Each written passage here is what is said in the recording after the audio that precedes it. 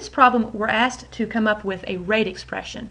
And it says to do it in terms of the disappearance of reactants and the appearance of products. So that's what we're going to do in part A. A rate expression is a way of determining the rate of a reaction, and you can determine it by observing any one of the reactants and products.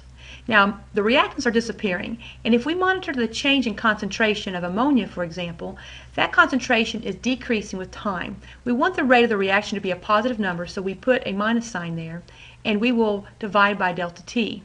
To make this equal to the rate of the reaction, we also must divide by the coefficient of 4. We can do this for each substance in the reaction. So, since oxygen is also a reactant, we will do a minus sign, change in concentration of O2 with respect to time, without forgetting to put in the 5 on the denominator.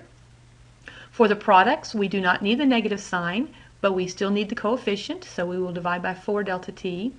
And for water, it would be the change in concentration of H2O divided by 6 delta T. So I could monitor any one of those substances and determine the rate of the reaction.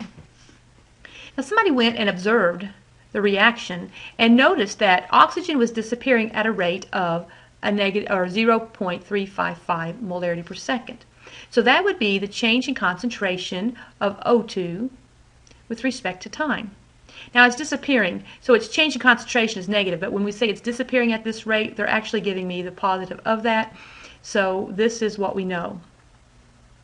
What we want to know is the rate of formation of NO. So we're trying to determine this value. We can come up to our rate expression and notice that we have those two pieces in the middle part of this rate expression.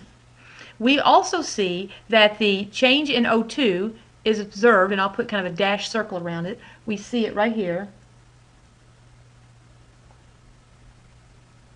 Okay, we see it observed right there, and this is the value that they gave for us. So I'm going to write down this expression, minus the change in concentration of O2 divided by 5 delta T is equal to the change in concentration of NO divided by 4 delta T.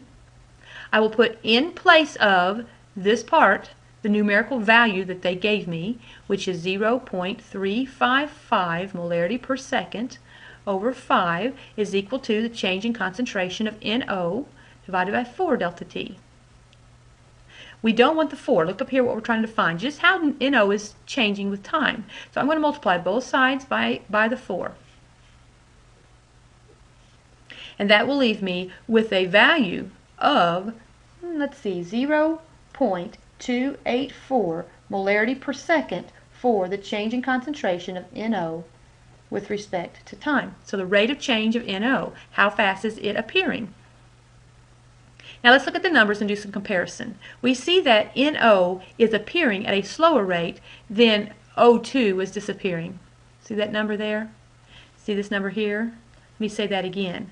We see that NO is appearing more slowly than the O2 is disappearing. If we look up here at the balanced equation and we see these coefficients, that should make sense to us. For every 5 O2 that we consume, we're only going to make 4 NO, so 5 will be disappearing more rapidly than NO will be appearing. So our number makes sense to us.